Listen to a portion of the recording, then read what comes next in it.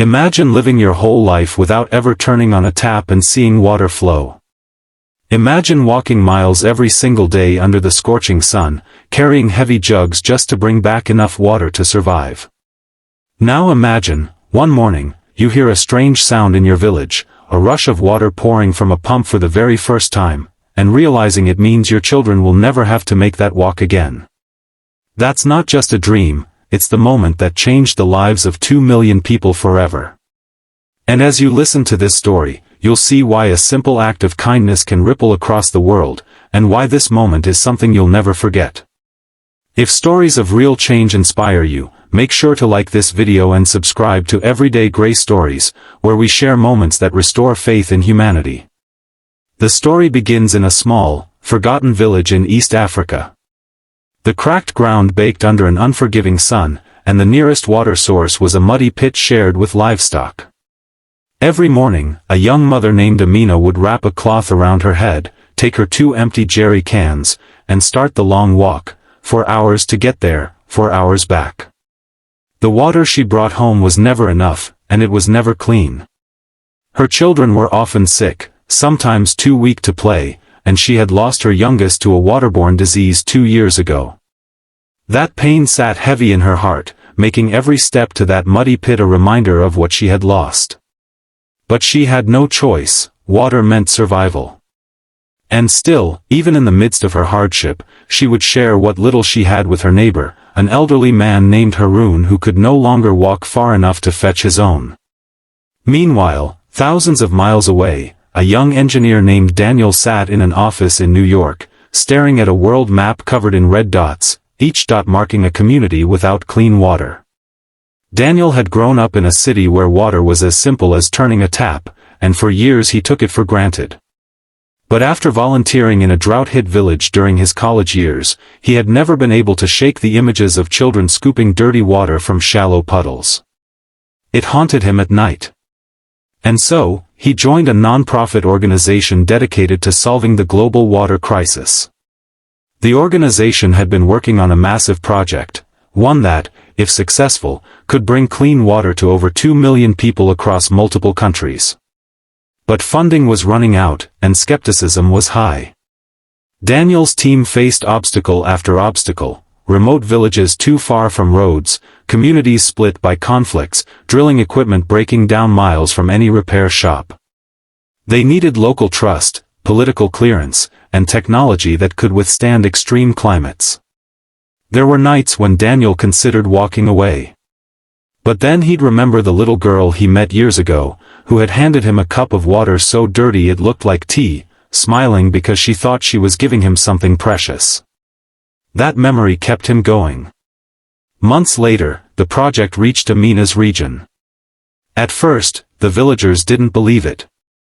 They had been promised help before, only to be left waiting.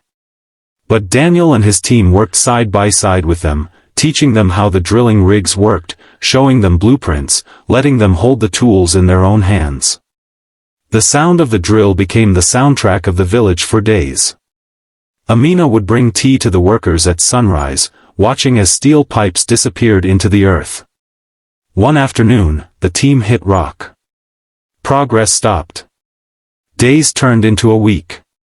Doubt began to creep in, and the elders whispered that maybe the earth had no gift for them after all. Daniel felt the weight of the entire project pressing on his chest. If they failed here, word would spread to other villages, and trust would vanish. That night, sitting under the dim light of a lantern, Amina approached Daniel. She told him about her daughter, about the long walks, about how she had nothing left to lose. "But I still believe in trying," she said. "Because not trying means our children will surely suffer." Those words lit something in him again. The next morning, the crew adjusted their approach.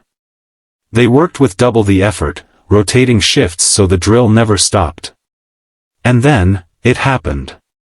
A gush of water exploded from the ground, spraying into the air like a fountain from heaven. The children screamed in joy, women dropped to their knees, and the men clapped each other on the back with tears streaming down their faces. Amina stood frozen, her jerry cans lying forgotten at her feet, as cool, clear water pooled around her toes. She scooped it into her hands and drank deeply. It was cold, pure, and tasted like hope. Word spread like wildfire. Over the next year, village after village experienced the same miracle. The project, once doubted, became a movement. By the end, clean water flowed in over 1,000 communities, changing the lives of more than 2 million people. Children could go to school instead of walking for water. Illnesses dropped dramatically. Families grew gardens and raised healthier livestock.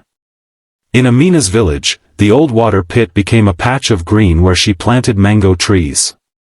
And Haroon, the elderly neighbor, would sit in their shade and watch the children play without fear of sickness.